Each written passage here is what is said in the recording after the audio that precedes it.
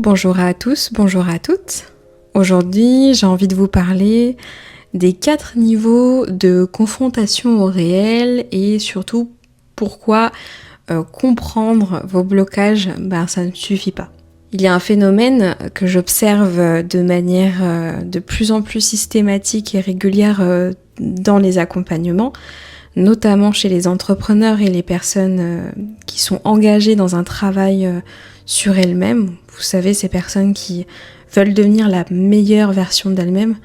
Certaines personnes deviennent extrêmement compétentes pour se comprendre. Elles peuvent décrire avec précision leurs schémas, leurs blessures. Je suis assez étonnée quand je les rencontre en séance. En général, elles savent exactement de quoi elles parlent.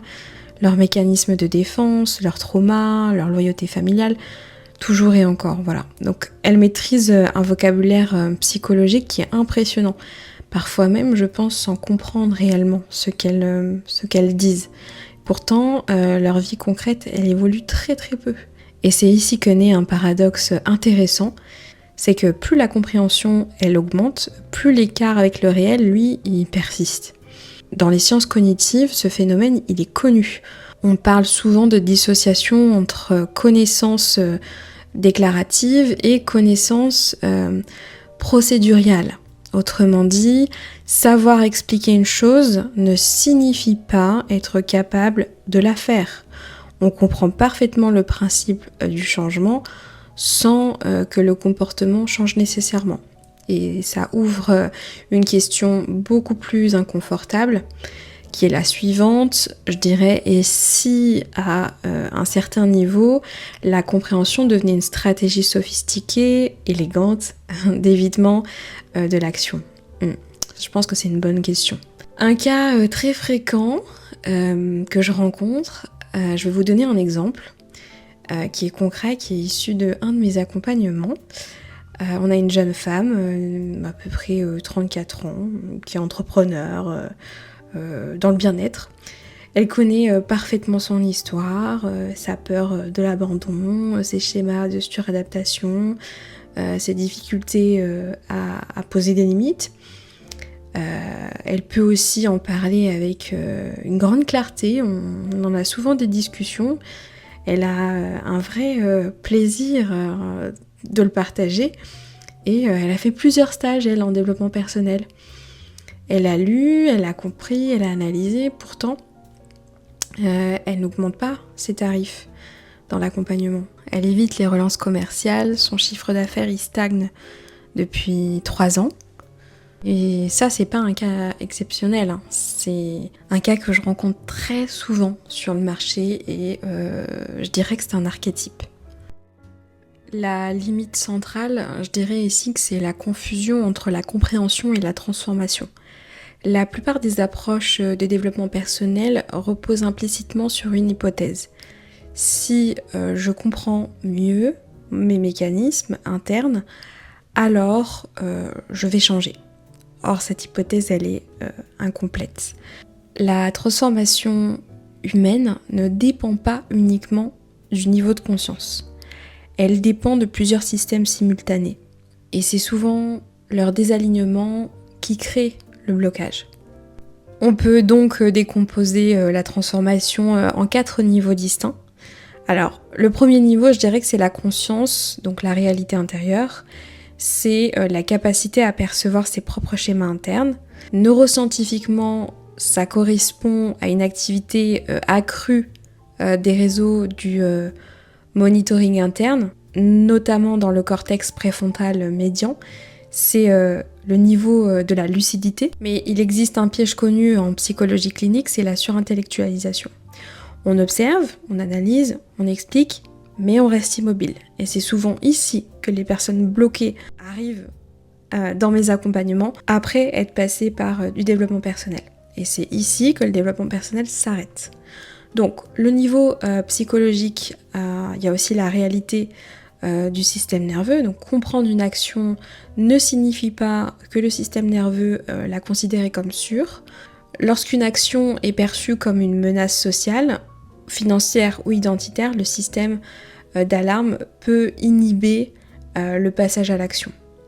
Concrètement, une personne peut savoir qu'elle doit vendre, publier des posts, démarcher ou poser une limite, mais son corps déclenche, je dirais, une réponse de menace. Donc elle va ressentir en général de la tension, de l'évitement, de la confusion, un état de freeze.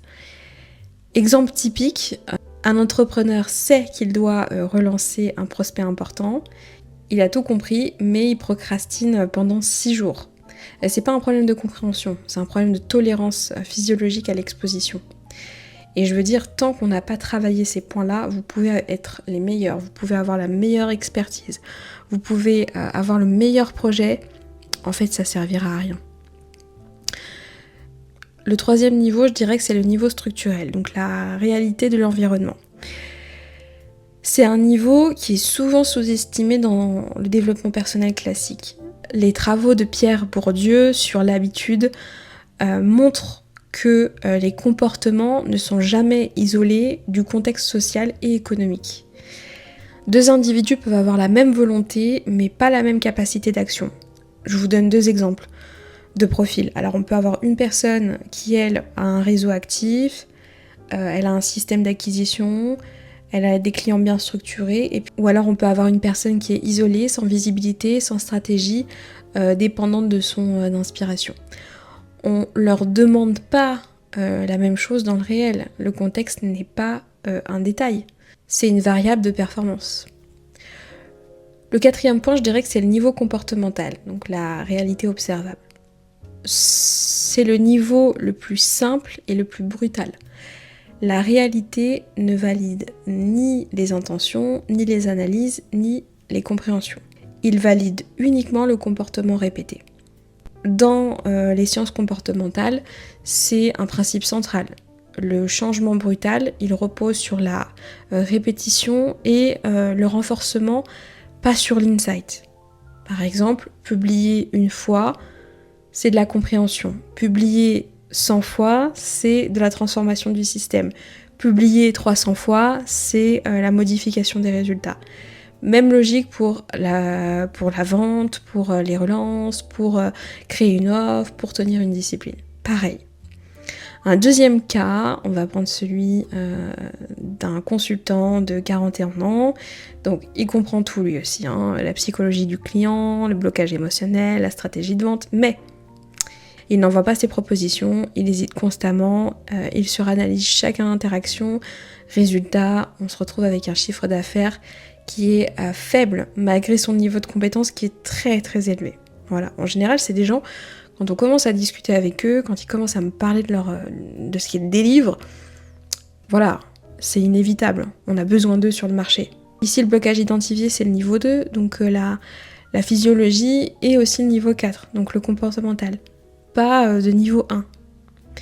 La question qui change tout, la plupart des gens se posent cette question-là, c'est qu'est-ce que je dois comprendre sur moi ? Encore une fois, je leur dis d'arrêter de chercher à comprendre ce qui cloche sur eux, parce que la vraie question, en tout cas celle où je les emmène, c'est, et elle est très précise, c'est à quel niveau du réel je suis en train de bloquer mon passage à l'action.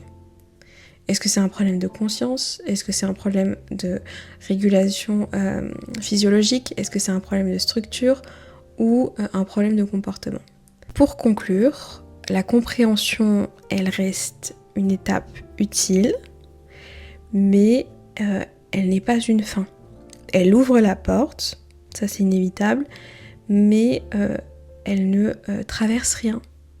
La transformation commence ailleurs, elle commence dans la confrontation directe au réel. Pas dans ce que nous pensons de nous-mêmes, pas dans ce que nous expliquons, mais dans ce que nous sommes capables de faire, de répéter et de soutenir dans un environnement imparfait. Et c'est souvent là que tout se joue.